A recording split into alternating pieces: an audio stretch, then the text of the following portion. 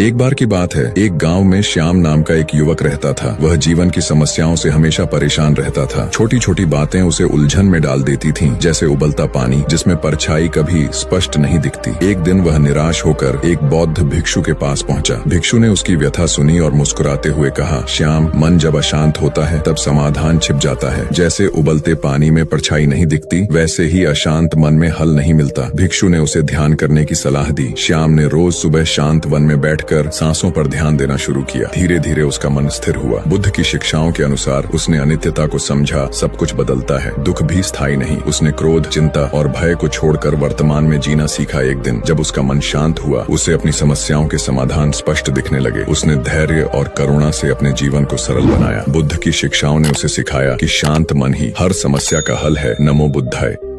एक बार की बात है, एक गांव में श्याम नाम का एक युवक रहता था। वह जीवन की समस्याओं से हमेशा परेशान रहता था। छोटी छोटी बातें उसे उलझन में डाल देती थीं, जैसे उबलता पानी जिसमें परछाई कभी स्पष्ट नहीं दिखती। एक दिन वह निराश होकर एक बौद्ध भिक्षु के पास पहुंचा। भिक्षु ने उसकी व्यथा सुनी और मुस्कुराते हुए कहा, श्याम, मन जब अशांत होता है तब समाधान छिप जाता है। जैसे उबलते पानी में परछाई नहीं दिखती, वैसे ही अशांत मन में हल नहीं मिलता। भिक्षु ने उसे ध्यान करने की सलाह दी। श्याम ने रोज सुबह शांत वन में बैठ सांसों पर ध्यान देना शुरू किया। धीरे धीरे उसका मन स्थिर हुआ। बुद्ध की शिक्षाओं के अनुसार उसने अनित्यता को समझा। सब कुछ बदलता है, दुख भी स्थायी नहीं। उसने क्रोध, चिंता और भय को छोड़कर वर्तमान में जीना सीखा। एक दिन जब उसका मन शांत हुआ, उसे अपनी समस्याओं के समाधान स्पष्ट दिखने लगे। उसने धैर्य और करुणा से अपने जीवन को सरल बनाया। बुद्ध की शिक्षाओं ने उसे सिखाया कि शांत मन ही हर समस्या का हल है। नमो बुद्धाय।